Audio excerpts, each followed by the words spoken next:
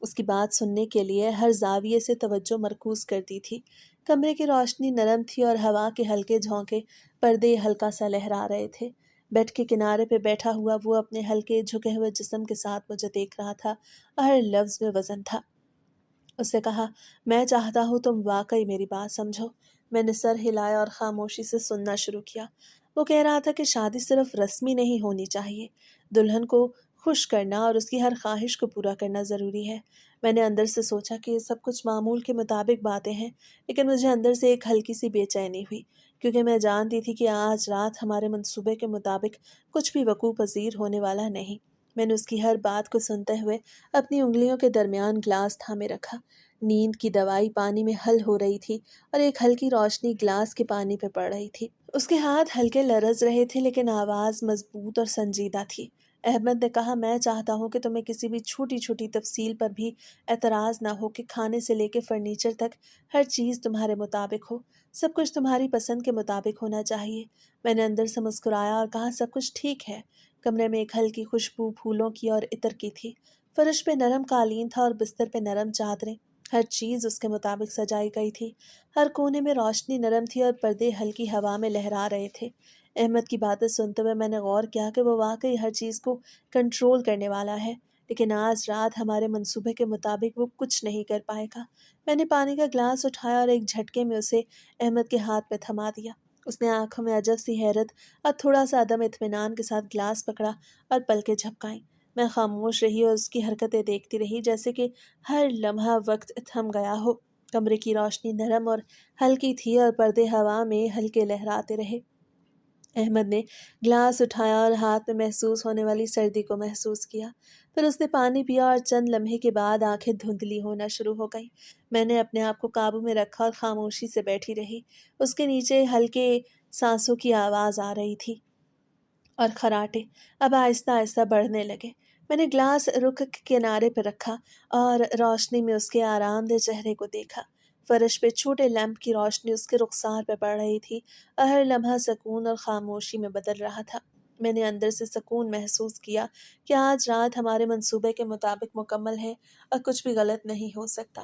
اسے اپنی آخری بات کہی تھی، لیکن اس کے بعد نیند نے اسے مکمل طور پر اپنی گرفت میں لے لیا۔ کمرے میں نرم ہوا، پھولوں کی خوشبو، روشنی اور خاموشی کا ماحول تھا۔ میں بیٹھی رہی اور ہر لمحے کو محسوس کرتی رہی۔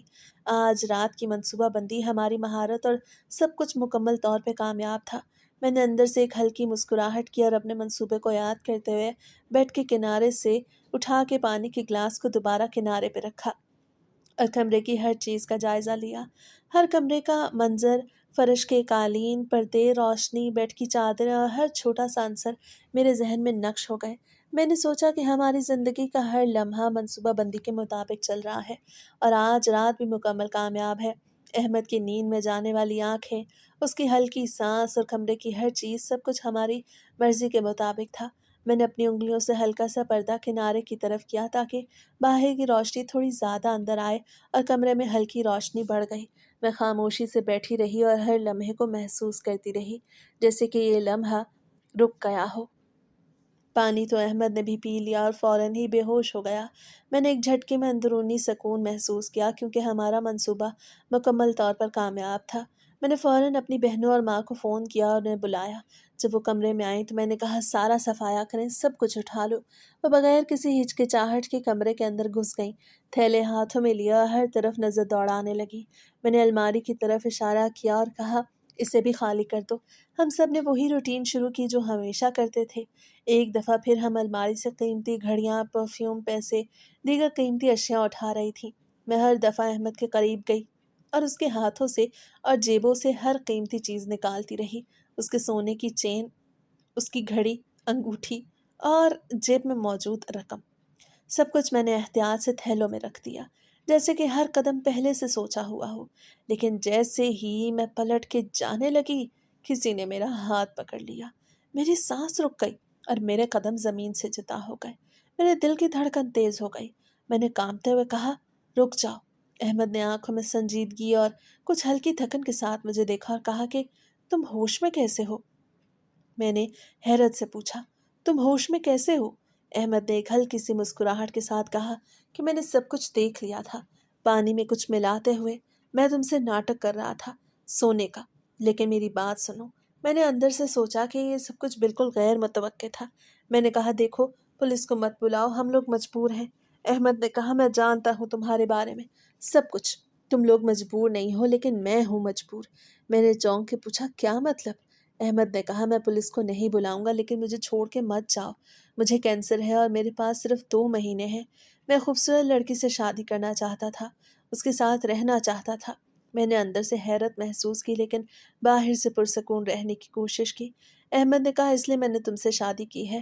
میں اپنا یہ گھر، گاڑی، کاروبار، جائیداد سب کچھ تمہارے نام کر دوں گا۔ تمہیں کچھ کرنے کی ضرورت نہیں پڑے گی۔ تم آرام سے اس گھر میں رہو۔ ہر مہینے لاکھوں روپے تمہارے پاس آئیں گے۔ اپنی بہنوں کے بارے میں بھی سوچو، کیا کل کو ان سے بھی یہ سب کچھ کراؤ گی؟ کسی دن پولیس سے پکڑ لیا تو کیا کرو گی؟ بس 2 مہینے میرے ساتھ ایسے رہو جیسے تم مجھ سے محبت کرتی ہو، تو میری بیوی ہو اور میرے ساتھ سچا نکاح کر لو۔ میں حیران رہ گئی۔ میری ماں اندر آئی اور گھبرا کے کہنے لگی کہ بس رانی، یہاں سے چلتے ہیں، لیکن میرے قدم وہیں جکڑ گئے۔ پتہ نہیں کیوں دل چاہا کہ میں احمد کی مدد کروں۔ میں نے ماں کو بھی کہا میں نہیں جاؤں گی، پاگل ہے یہ، اس کی کوئی چال نہیں ہے، یہ سچائی ہے۔ میں نے دل میں فیصلہ کر لیا کہ میں اس کے ساتھ رہوں گی اور اس کی بات مانوں گی۔ میں نے صحیح والا نکاح کر لیا، اپنی مرضی سے پہلی دفعہ کسی مرد کے نکاح میں گئی۔ اس نے مجھے دیکھ کے مسکرایا اور کہا تمہاری ماں اور بہنوں نے جو کچھ اٹھایا وہ سب کچھ لے سکتی ہیں اور اسی گھر میں رہیں جب تک میں مر نہیں جاتا۔ میں نے اندر سے سکون محسوس کیا کہ آج واقعی سب کچھ ہماری مرضی کے مطابق ہو رہا ہے۔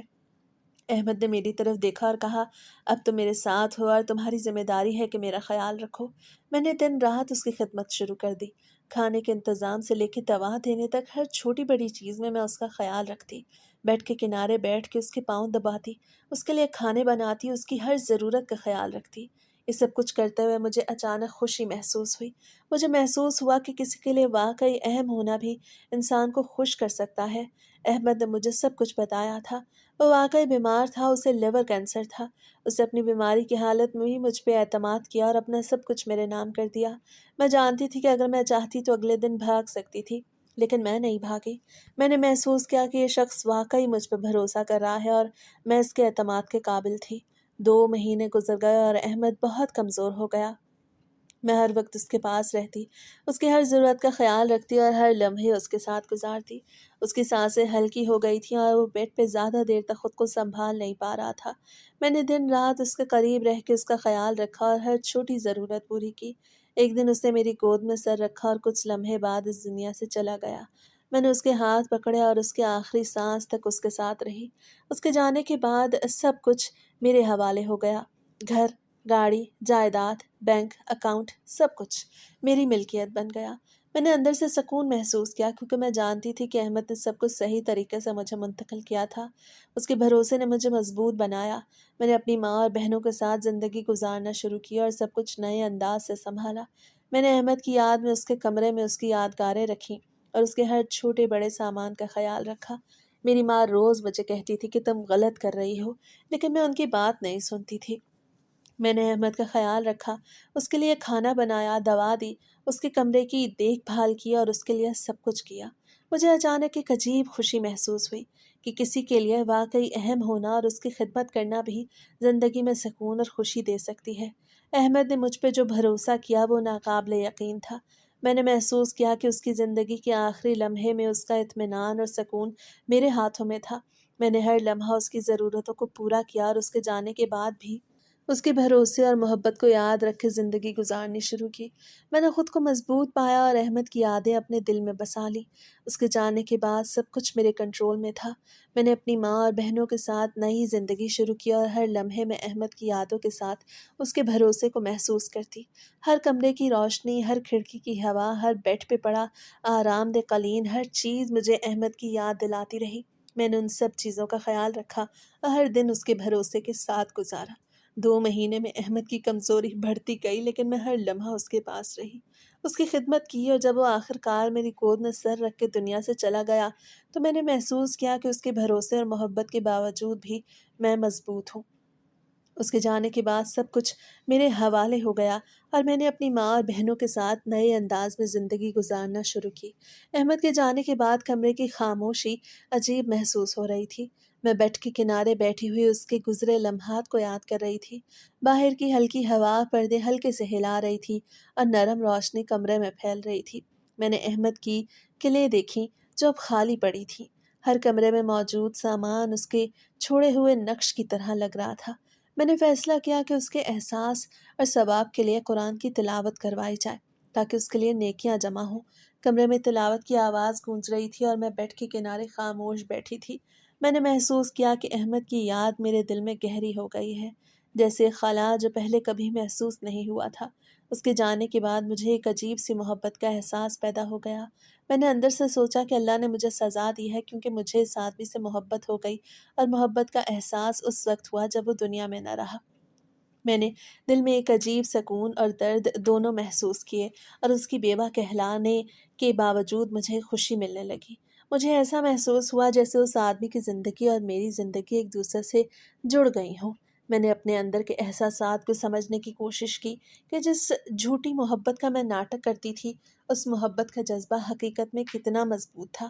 جو آدمی دنیا سے چلا گیا، میں اس سے بھی بے وفائی کرنے کو تیار نہیں تھی۔ اس وقت میری آنکھوں میں نمی تھی اور دل میں سکون بھی تھا۔ میں نے احمد کے لیے دعا کی اور اپنے دل میں فیصلہ کیا کہ اس کی یاد کو ہمیشہ زندہ رکھوں گی۔ میری ماں روز مجھے کہتی تھی کہ رانی، پھر سے پرانے والا کام کرتے ہیں، پیسے آتے ہیں، مہینے کے لاکھوں ملتے ہیں، کروڑوں کماتے ہیں، لیکن مجھے اس کی بات پہ غصہ اور ہلکی ناراضگی محسوس ہوئی۔ میں نے کہا ایسا کچھ نہیں کروں گی۔ اس گھر، گاڑی، نوکر، کاروبار، بینک بیلنس اور سارا سامان اب ہمارے پاس ہے۔ احمد نے یہ سب کچھ ہمیں دیا ہے اور اب مجھے کسی دھوکہ دہی یا دوبارہ کام کی ضرورت نہیں۔ ماں نے کہا ساری زندگی ایسے بیٹھی رہے گی، لیکن میں نے سوچ کے کہا کہ اگر کوئی اچھے دل والا آدمی ملا تو میں اس سے شادی کر لوں گی، ورنہ اسی طرح اپنی زندگی گزاروں گی۔ میں نے محسوس کیا کہ 16 سال کی عمر سے میری ماں مجھ سے یہ کام کروا رہی تھی، اب بس کافی زیادہ ہو گیا تھا، میں تھک گئی تھی۔ میں نے دل میں فیصلہ کیا کہ اپنی زندگی کو اپنے اصول اور اپنے راستے پہ گزاروں گی۔ میں نے احمد کی یاد میں اس کے کمرے کو برقرار رکھا اور اس کے ہر سامان کا خیال رکھا۔ بیڈ کے کنارے بیٹھ کے کبھی اس کے بیڈ کی چادریں صاف کی، کبھی کمرے کے پردے درست کیے، کبھی اس کے کمرے میں روشنی کو ہلکا کیا تاکہ نرم ماحول قائم رہے۔ اس کا ہر سامان میری یادوں کا حصہ بن گیا اور میں اس کے بھروسے کو دل میں محفوظ کر کے روز اپنے اعمال میں اس کے لیے دعا کرتی۔ احمد کی جدائی کے بعد میں نے احساس کیا کہ محبت کا جذبہ کتنا طاقتور ہے۔ یہ جھوٹی محبت کے کھیل سے کہیں زیادہ مضبوط تھا۔ میں نے اپنے دل کو سمجھایا کہ مجھے کسی بھی دھوکہ دہی یا جھوٹ کی ضرورت نہیں۔ یہ گھر، یہ سامان، یہ سب کچھ میرے پاس ہے اور مجھے کسی سے چھپانے کی ضرورت نہیں۔ مجھے صرف اپنے دل کی سننی ہے اور اپنی زندگی کو سکون سے گزارنا ہے۔ میں نے ماں سے کہا کہ اب مجھے کچھ نہیں چاہیے، میں اپنے اصولوں اور اخلاق کے مطابق زندگی گزاروں گی۔ میں نے محسوس کیا کہ احمد کے جانے کے بعد ہی زندگی جی جا سکتی ہے اور میں اپنی محبت اور احترام کے ساتھ ہر لمحے کو محسوس کر سکتی ہوں۔ ماں نے ہلکی سی آہ بھری اور کہا تم واقعی مضبوط ہو، لیکن میں نے مسکرا کے کہا اگر کوئی اچھا آدمی ملا تو شادی کر لوں گی، ورنہ اسی طرح زندگی گزاروں گی۔ میں نے اپنے آپ کو محسوس کیا کہ اب میں کسی جھوٹ اور دھوکے کی زندگی کو نہیں گزارنا چاہتی۔ ہر دن میں احمد کی یاد، اس کے بھروسے اور محبت کو دل میں رکھ کے زندگی گزارتی تھی۔ باہر کی ہوا، نرم روشنی اور گھر کے ہر کمرے کا ماحول مجھے اس کی یاد دلاتا اور میں اپنے اصولوں کے مطابق زندگی گزارنے میں خوش تھی۔ میں نے محسوس کیا کہ واقعی محبت کا جذبہ اور بھروسہ سب کچھ بدل سکتا ہے۔ احمد نے مجھے یہ سبق زندگی کے سب سے قیمتی لمحے میں دیا تھا، لیکن میری ماں کو سکون نہ آیا۔ وہ ہمیشہ کی طرح اپنے ذہن میں کچھ سوچتی رہتی۔ میری مجھ سے چھوٹی والی بہن اب جوان ہو گئی تھی۔ شکل و صورت میں بھی وہ بری نہیں تھی، بالکل ٹھیک ٹھاک تھی، بالکل متوازن قد اور ہونٹ، آنکھیں اور بال صاف ستھرے اور نرم۔ ماں نے جلدی سے کہا کہ میں اسے بھی میرے والے کام پہ لگاؤں تاکہ گھر کے وسائل زیادہ بھرپور طریقے سے استعمال ہوں، لیکن میں یہ نہیں کروانا چاہتی تھی۔ میں نے اندر سے سوچا کہ یہ سب کچھ ختم ہونا چاہیے۔ یہ کام میں خود اپنے اصولوں کے مطابق کر رہی ہوں اور اب اپنی بہنوں کے ہاتھ میں دوبارہ نہیں دینا چاہتی۔ میں نے ماں کے ساتھ سیدھا کہا اگر آپ نے اس طرح کی حرکت کی تو میں آپ کو پولیس کے حوالے کر دوں گی۔ یہ دھمکی دیتے میری آنکھوں میں سنجیدگی اور سختی تھی، میری آواز میں بھی وضاحت اور فیصلہ موجود تھا۔ ماں کی آنکھیں کھلی رہ گئیں اور وہ ہلکی سی گھبراہٹ میں آ گئی۔ مجھے دیکھ کے وہ سمجھ گئی کہ میں اس معاملے میں سخت ہوں۔ اس کے بعد وہ چپ ہو گئی اور خاموشی سے بیٹھ گئی، جیسے کہ اس کے تمام منصوبے رکے ہوئے ہیں۔ میں نے محسوس کیا میری بات کا اثر ہو گیا۔ میں نے اپنی چھوٹی بہنوں سے بات کی اور کہا کہ تم لوگ دوبارہ اپنی پڑھائی شروع کرو، تو تم لوگوں کی عمر گزر گئی ہے، لیکن ظاہر ہے اس کام میں پڑھائی کے لیے وقت تھا۔ کون اسکول جاتا، کون اپنی ڈیوٹیاں کرتا، پڑھائیاں سب کی رہ گئیں۔ میں نے انہیں نرم لہجے میں سمجھایا کہ اب وقت ہے اپنی زندگی کی راہیں خود بنانے کا، اپنا ہنر پیدا کرنے کا اور کسی بھی غیر ضروری کام سے دور رہنے کا۔ میں نے انہیں بتایا کہ اب صرف ہمیں اپنے لیے سوچنا چاہیے اور کسی کو بھی دھوکہ دہی کے کام میں ملوث نہیں ہونا چاہیے۔ میں نے گھر میں ان کے لیے منصوبہ بندی کی کہ انہیں کون سے ہنر سکھائے جائیں، کپڑے سینا، کھانا پکانا، صاف ستھرا رکھنا، چھوٹے چھوٹے روزمرہ کے کام جس سے وہ خود کفیل بن جائیں اور ان کے ہاتھ میں کچھ مہارت ہو۔ لیکن مجھے اندازہ ہوا کہ ابھی تک میں ان کو بگاڑنے میں رہی ہوں۔ یہ سب کچھ کرتے کرتے ان کی زندگی اور میری زندگی دونوں میں خلا آ گیا۔ اب ان کو سنوارنا بہت مشکل ہو گیا تھا، لیکن پھر بھی میں پوری کوشش کر رہی تھی کہ وہ بہتر بنے۔ میں نے ان کے لیے کپڑوں کے سلوٹ کے لیے الگ الگ کپڑے اور دھاگے رکھے اور کہا کہ روزانہ کچھ نہ کچھ نیا بنائیں تاکہ ان کے ہاتھ میں مہارت آئے۔ میں نے کھانے پکانے کے لیے چھوٹے چھوٹے طریقے سکھائے کہ کس طرح کھانے میں توازن رکھا جائے اور صحت مند کھانا بنایا جائے تاکہ وہ خود سے خود کفیل ہو جائیں۔ ان کے لیے یہ سب کچھ کرنے میں مجھے اندر سے سکون مل رہا تھا، کیونکہ میں جانتی تھی کہ میں اپنے اصولوں کے مطابق زندگی گزار رہی ہوں اور ان کو بھی بہتر بنانا شروع کر رہی ہوں۔ میں نے اپنے حالات بدل لیے تھے، اپنی سوچ بدل لی تھی اور زندگی کے ہر فیصلے میں ذمہ داری محسوس کی تھی۔ میں نے محسوس کیا کہ یہ سب کچھ میری محنت اور اصولوں کی وجہ سے ممکن ہو رہا ہے۔ احمد کی وفات کے بعد جو زندگی میں نے گزاری وہ بالکل الگ تھی۔ میں نے ہر لمحہ اپنے لیے سوچا اور اپنے اصولوں کے مطابق قدم بڑھایا۔ میں نے اپنے لیے سکون پیدا کیا اور اپنی بہنوں کے لیے راستہ دکھایا۔ میری ماں اب خاموش تھی، لیکن اندر سے شاید خوش تھی کہ میں نے اس معاملے میں سختی دکھائی اور اپنی بہنوں کے لیے صحیح فیصلہ کیا۔ میں نے اندر سے محسوس کیا کہ اب ہم سب کی زندگی بہتر ہے، بشرطے کہ ہم ہر چیز اپنے اصولوں کے مطابق کریں۔ میں نے اپنی بہن کو روزانہ نئے ہنر سکھایا اور خود بھی ہر دن کچھ نیا سیکھتی رہی۔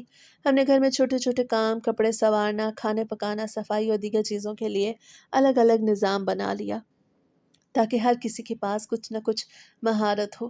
میں نے اپنی زندگی کو مکمل طور پہ بدل لیا۔ پہلے میں جھوٹ، دھوکہ اور منصوبہ بندی میں مصروف تھی۔ اب میں نے اپنی سوچ، اپنے اصول، اپنے ہنر اور اپنی ذمہ داریوں کو پہچانا۔ میں نے فیصلہ کیا اب میں صرف اپنی زندگی اور اپنی بہنوں کی زندگی سنوارنے میں مصروف رہوں گی۔ ہم نے گھر میں اپنی روزمرہ کی روٹین بنائی، صبح اٹھنا، ہلکی ورزش کرنا، کھانے پکانا، کپڑوں کی دیکھ بھال اور ہنر پیدا کرنے کے ساتھ ساتھ قرآن اور دعا کے لیے وقت نکالنا۔ یہ سب کچھ میرے اصولوں کے مطابق اور نظم کے ساتھ ہونے لگا۔ میں نے اپنی بہنوں کو یہ بھی بتایا کہ اب کسی غیر ضروری کام میں حصہ نہیں لینا اور اپنی زندگی کو خود سے بہتر بنانے پہ توجہ دینی ہے۔ ہمیں اپنے حالات اور اپنی محنت سے زندگی گزارنی ہے اور کسی بھی غیر اخلاقی عمل سے دور رہنا ہے۔ میں نے ہر لمحہ انہیں مشورے دیے اور ساتھ ساتھ خود بھی ان میں شامل ہو کے زندگی کا نظم بنایا۔ میں نے اپنے لیے بھی وقت نکالا کہ میں اپنی صحت، جسم اور ذہن کا خیال رکھوں۔ میں نے ورزش کی، کھانے پہ نظر رکھی اور اپنے ہر عمل کو سوچ سمجھ کے کرنے کی عادت ڈالی۔ میں نے محسوس کیا کہ اب میں اپنی زندگی کی مالک ہوں اور اپنی بہنوں کے لیے بھی بہترین ماحول فراہم کر رہی ہوں۔ ہر دن میں سکون اور خوشی محسوس کرتی رہی۔ احمد کی یاد دل میں ہمیشہ رہی، لیکن اس کی یاد مجھے اب ماضی کے تجربات کی طرح نہیں ڈراتی تھی، بلکہ زندگی کی رہنمائی کرتی تھی۔ میری ماں کچھ بولتی نہیں تھی، لیکن ہر روز میری طرف دیکھ کے سکون محسوس کرتی۔ میں نے اسے بھی سمجھایا کہ اب ہم سب کو اصولوں کے مطابق زندگی گزارنی ہے اور کسی بھی غیر ضروری کام میں شامل نہیں ہونا۔ ہم نے گھر میں سکون، نظم اور محبت کا ماحول پیدا کیا۔ ہر کمرے میں روشنی، صفائی اور سکون تھا۔ ہم نے سب کچھ اپنی محنت اور کوششوں سے قائم کیا۔ میں نے اپنی زندگی کو مکمل طور پر بدل لیا، اپنے اصول، سوچ اور حالات سب بدل لیے۔ میں نے محسوس کیا کہ یہی میری زندگی کی کہانی تھی۔ احمد کی یاد، اس کی محبت، اس کے بھروسے نے مجھے مضبوط بنایا۔ میں نے اپنی ماں اور بہنوں کے ساتھ ایک نئی زندگی شروع کی اور ہر دن میں سکون، علم، ہنر اور محبت کو اپنے دل میں محسوس کیا۔ میں نے اپنی بہنوں کو بھی یہی سکھایا کہ محنت، سکون اور اصول زندگی میں سب کچھ بدل سکتے ہیں۔ ہم نے روزانہ قرآن کی تلاوت کی، کھانے پکائے، کپڑے سینے کے ہنر سیکھے اور ہر دن کی منصوبہ بندی کی تاکہ زندگی ہر اعتبار سے بہتر اور پرسکون ہو۔ میں نے محسوس کیا کہ احمد کی محبت اور بھروسے نے میری زندگی کا راستہ بدل دیا تھا۔ میں اب صرف اپنی اور اپنی بہنوں کی زندگی کی ذمہ دار تھی۔ میں نے اپنی زندگی کے ہر لمحے کو اپنے اصولوں اور محنت کے مطابق گزارنا شروع کیا اور احساس کیا کہ یہی حقیقی زندگی ہے، سکون، ہنر، محبت اور اصولوں کے ساتھ گزارا ہے۔